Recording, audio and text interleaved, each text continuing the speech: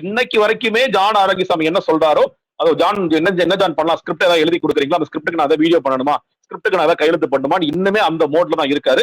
விஜய் திருந்துறதுக்கு தயாராகவே இல்லை.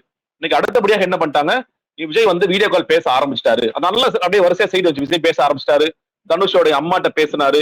விஜய் வந்து நான் விரைவில் வருகிறேன் என்று சொன்னார். உங்களுக்கான உதவிகளை நான் செய்கிறேன் என்று சொன்னார். உங்களுக்கு அண்ணனாக நிற்பேன் சொல்கிறார் அப்படின்னு சொல்லிட்டு படிச்சுட்டு வரும்போது ரொம்ப சுவாரஸ்யமாக இருந்தது.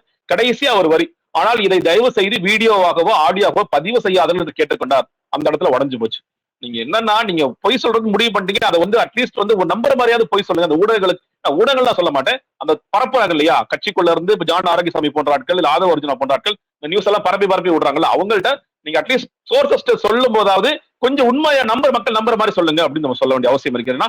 இந்த நேரத்துக்கு நீங்க அப்படி இருந்திருந்தா அந்த பாதிக்கப்பட்ட குடும்பமாவது நீங்க அவங்க மேபி அவங்க சொல்லி ஆமா சார் உண்மையிலே விஜய் கிட்ட பேசினாருன்னு சொல்லாத வரைக்கும் இது எல்லாமே பொய் செய்திகள் தான். இந்த செய்திகளை தொடர்ச்சியாக ஊடகங்கள் பரப்பிக் கொண்டே இருக்கிறார்கள். நான் இன்னுமே சொல்றேன், இந்த 41 உயிர்கள் போனதில் நம்ம மெயின் ஸ்ட்ரீம் மீடியாவுக்கு ஒரு முக்கியமான பங்கு இருக்கா, அந்த ரத்தக்கரை அவர்கள் கைகளிலும் படிந்திருக்கிற இடம் ஆம் என்றுதான் நான் சொல்வேன்.